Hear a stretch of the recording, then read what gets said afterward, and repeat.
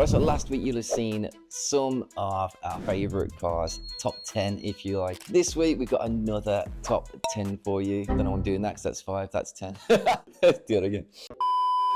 There's all sorts of Ferraris, what else we got? Volkswagens, the lot. So yeah, stick around, check these out. First up, we have a Nissan 350Z. Now, this car looks so cool. I would love to own this car myself. So it came to us with this kit already fitted.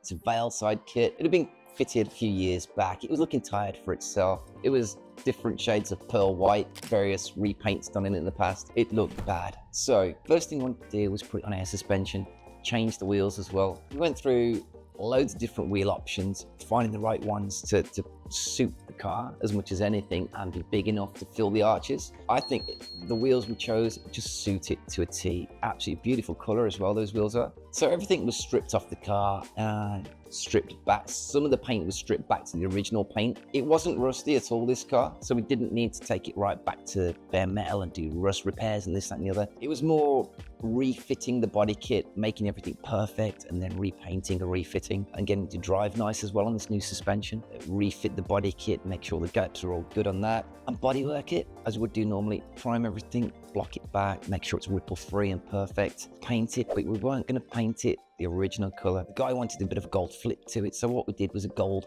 ghost pearl on it. So it's actually a custom 3-stage pearl. Painted in the original pearl white first. In normal light, it just looks white. It looks like a really nice white paint job.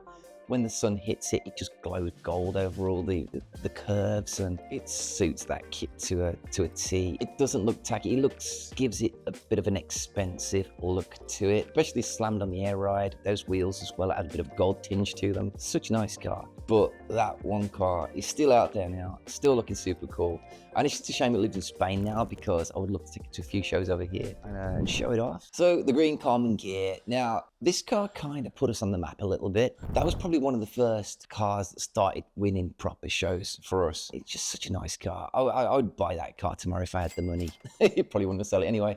Carmen gear, 1973. We backdated it, and it just had new everything. So the owner was gonna do that himself. It didn't have the time. He runs a busy business, so he got us to do it, and it just went from one thing to the next. It was always going to be new everything. It was already stripped down. When we got it, it was already media blasted in etch primer, so we'd got a nice base to start with. You could see exactly what we were going to get ourselves into. It was left-hand drive. We wanted to make it right-hand drive, so I ended up making a custom dashboard for it. All the inside was smoothed out. We didn't just want to cover everything with carpet. Everything is painted and on show inside the car. That is a lot of work. The custom color that we made up as well, which was one of the biggest talking points of that car. You know, it's the color and the stance as much as anything. It already bought the air suspension for it, so we fitted it on air. We started talking about roof chops as well. So he's like, could you do a roof chop? I was like, yeah, I'll do a roof chop. Just chop the roof off anything. You know, I've done a few before. There's not many common gears in the world, really, that have got roof chops. It's not the kind of car you would generally do it to, because it's a sleek car anyway. So we took 2 inches out the roof just to make it sleeker. And everything just fits, and everything has a purpose and a place. The interior, although it's had a roof chop, you got ample roof head clearance as well, because we lowered the bucket seats, which are out of an Audi TT. All modified bases to sit nice and low. Trim those up. Back seat was trimmed as well to match, which looks awesome now. I think there's a 2276 litre engine in there, so that's running about 170 brake horsepower, so it goes well as well. You know, it's such a cruiser. Long 4th gear on the gearbox as well, so you could cruise at 80 all day in that if you wanted to. Such a cool car. So definitely one of my favourites, definitely one of the top of the list. But that is the only car in the world I think will ever get that colour. It's nice to do a true one of one. So yeah, definitely up there on the top 5, I reckon, so far. So Fiat 126. Now, for a little car, this was a big job. They say little cars, big problems. I mean, it's such a nice car. It looks really, really cool now. It drives great. So the brief with this one was always to put a more modern engine in it, get fuel injection, literally be able to jump in it, turn the key, and just drive as little town car, basically. These are renowned for rusting, you know, and this one looked pretty good. You know, we could see a few little holes at the bottom of the doors, things like that. That's not an issue. But when we started getting into it, we found that there's a lot of paint blistering, micro blisters, rust. We had to strip it back to bare metal. We had no choice. And we found quite a lot of paint and quite a lot of filler in there, and a lot of rust as well. Now, this was always going to be used. It's never built to be a show car. Never built to be a show car at all, but we wanted it showroom condition.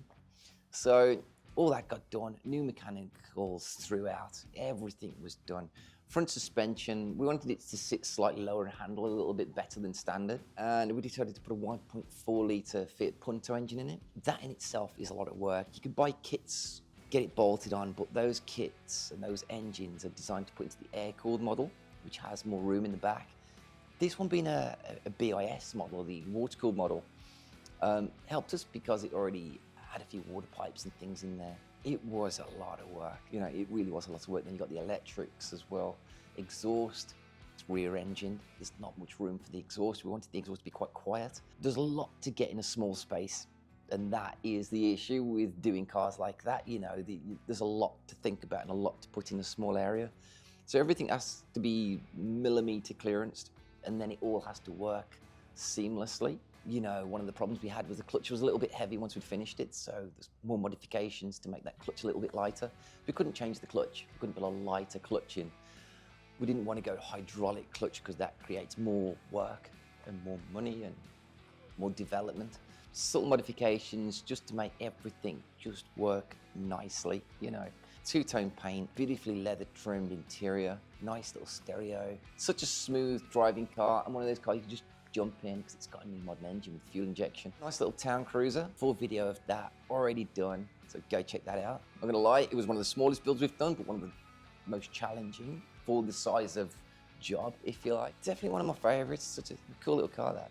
Ferrari F12 Novitec. Now, this car, we'd already done the one for Jay Cannon and the Cannon Run. The owner of this one saw that one. Jay recommended him to us, and my God, it's such a cool car. It sounds awesome. It comes from the factory, the Novitec factory, if you can call it that. If I remember right, it's about £500,000 car. So the car has cost about £250,000, and then you send it to Novitec and they do all these modifications to it, and it comes out at £500,000. It had it all.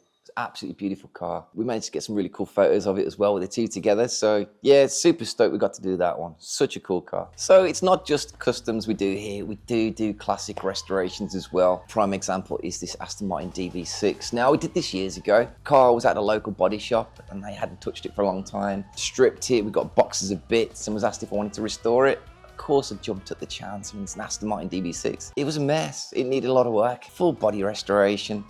Now, the body being aluminium, although it corrodes and there's little areas that needed patching up and this small repairs, it was in pretty good condition. I mean, it's an Aston Martin, it's low mileage. I think at the time it had done like 19,000 miles from new.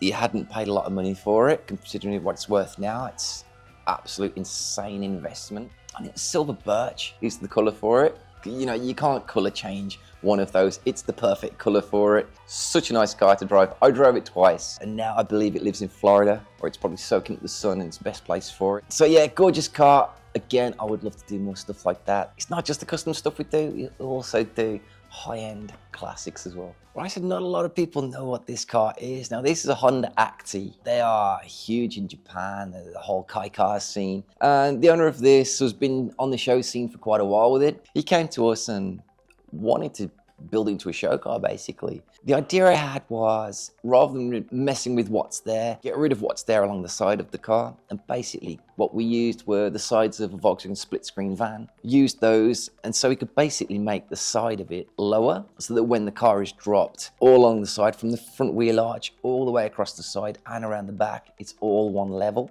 So the whole car looks like it's sitting on the floor. So there's a lot of modifications went into that truck. Front end was done as well. Different bumpers, they were all smoothed out, blacked, gloss black on those. And a beautiful color as well, painted it brown. It just suits that truck to a T, you know, nice and retro color to it. But yeah, all the bodywork was done.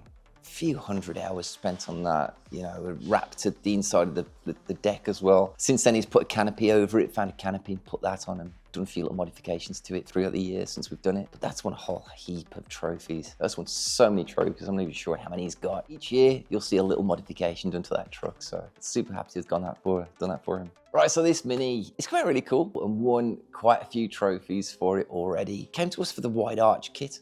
Now, this wide arch kit was supposed to fit. It didn't at all. It's like the front were off a different car. Now, the owner had already put a different front bumper on it, as well, so these arches were always going to need work to fit. The owner then used the car for a little bit, bought it back, and this was always planned, bought it back for full strip down and colour change repaint. The biggest thing with this car was choosing the colour. So the owner wanted a blood red black, if you like, so it looked black in most lights, but when the light hit it, it was red. It's a difficult colour to do because either that looks burgundy most of the time, or it looks black most of the time, or it looks too red, or it's not red enough. You know, we couldn't find that perfect colour for him. So did a load of different colour chips, and the colour is a full-on custom 3-stage pearl that we developed and just suits the car to a T. So yeah, there'll be more to see from that at the shows next year for sure. So this beach buggy is such a cool car for us to be able to do. So I've known Dave Fisher, who owns Kingfisher Customs, 20 odd years, you know, from the first time I got into Volkswagens, and he asked us to do this Volkswagen beach buggy for him to show condition, and he's building it in conjunction with MP, who are a huge name in the Volkswagen. So it's a full bespoke chassis using all MP parts.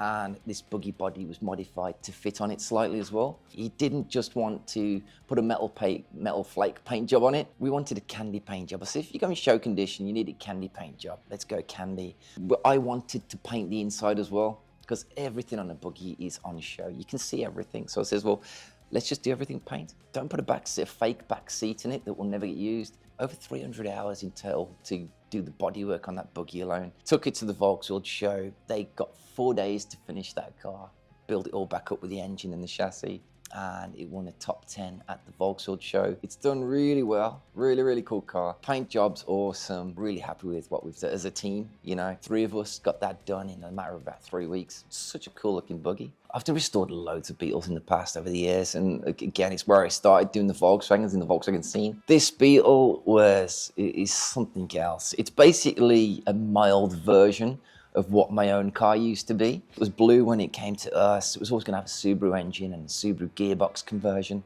So it came in, we got it stripped down. The car was in bare metal. We brought it back. It had new wings. It had new A-post repairs. It had so much metalwork redone to that.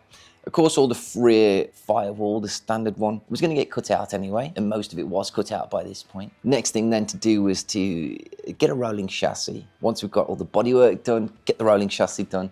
So 5-speed Subaru gearbox, that was modified, rebuilt, put in, everything modified to fit around that. The owner of this wanted it to be very subtle, really a street sleeper. Everything was modified. I mean, the fuel tank was modified for the bigger fuel pumps. All the bodywork was done to full show condition. All the chassis was powder coated and antique silver. Came together really well. Huge job, absolute massive job. It really was, but it's such a nice driving car. Handles really well.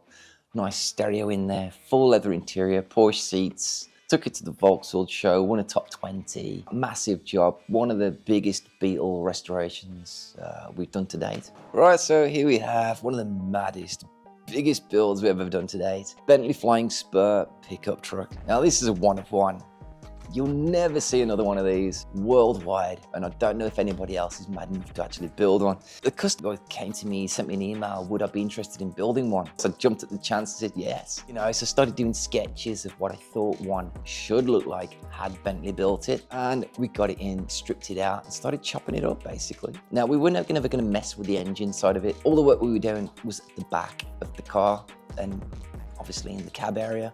First thing to do was obviously chop it up, move things around, get everything into place, and start drawing lines for where we wanted that body line to be for the back bed. The standard seat post was moved forward to keep the same kind of standard lines of the car. And basically everything just moved around that. We two-doored it, of course, welded the other door up, de-locked, de-handled it. And all the back end was framework. We did all the framework, obviously made a new firewall. Then the back end was sent down to a boat builder down south. They did an absolutely beautiful job of all the woodwork, absolutely stunning job. All the interior in the back end of the cab was modified, so it looks standard. We actually imported the same leather from Italy that Bentley used, so all the back end was done exactly the same colour leather.